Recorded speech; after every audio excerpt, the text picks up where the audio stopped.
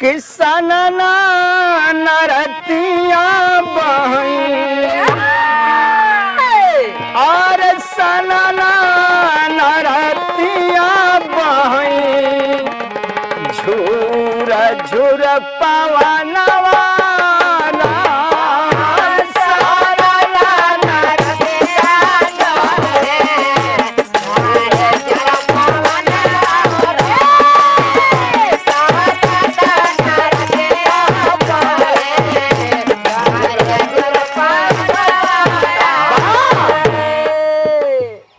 लेकिन गुरु भाई गुरु बहना भाव यही है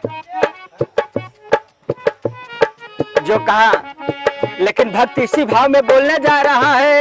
लेकिन कहत कैसे बांग कैसे राउरा दरस बिन व्याकुल राउर हो दरस बिन व्याकुल तड़पे मोर नयनवा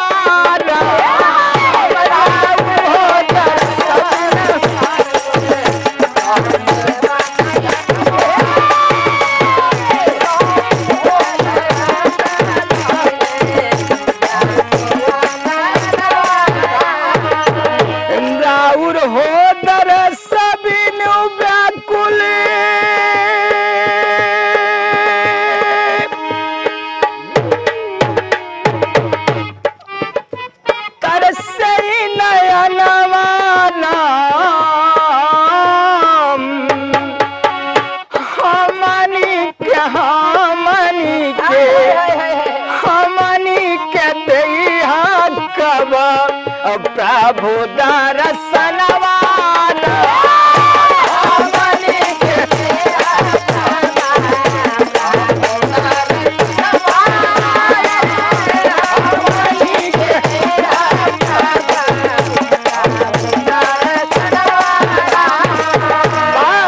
भक्त कहता है कि हे प्रभु ये हमने के आप दर्शन कब दे हैं प्रभु।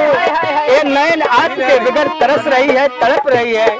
हमारी इस दुनिया से मुक्ति हमको कैसे मिले प्रभु आपके बिना, दर्श बिना। लेकिन और कहता है क्या भक्त रो करके कहता है मन के मंदिरवा में करेला पूजनवा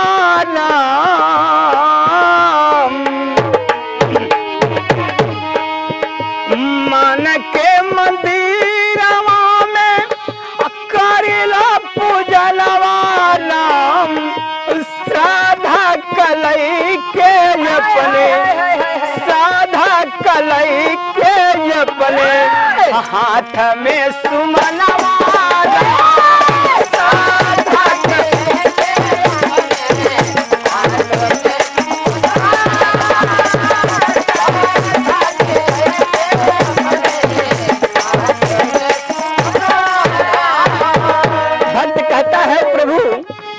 मन के मंदिर में आपको बसा करके और श्रद्धा का पुष्प लेकर के प्रभु आपके चरण में ध्यान लगाया हूँ।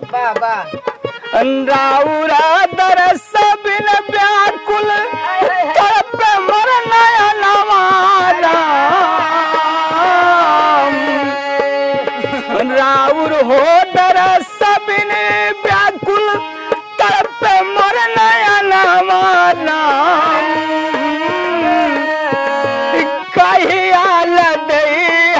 प्रभु कहिया दैहा प्रभु दरसनवा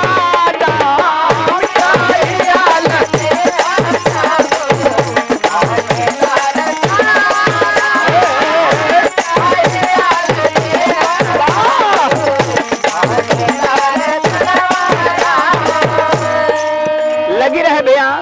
लेकिन बाबू भक्त कहता है कि हे प्रभु आपके दर्शन के लिए हमारा नयन व्याकुल है।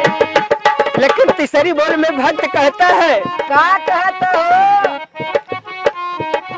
केतने अनारियन के दई के घियनवा केतने अनारियन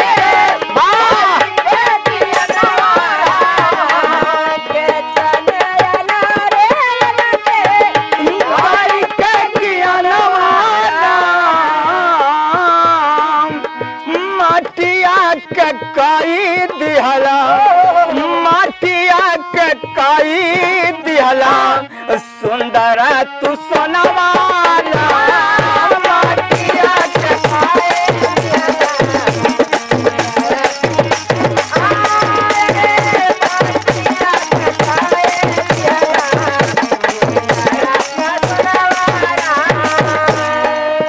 भक्त कहता है, चिंतित करता है, प्रार्थना करता है हाथ जोड़ कर कि हे प्रभु, मैं सुना हूँ कि कितने अनारी को प्रभु अज्ञानी को ज्ञानी बना दिए प्रभु, और कितने माताएं को जो बाजिन थी उन्हें लाल दे दिए प्रभु, और कितने गरीब को धनवान बना दिए। कितनन के बीड़ी सूखा में नहीं घटत रहा उदय है। वाह बारे मास्टर राहुल ऋषिया भैया।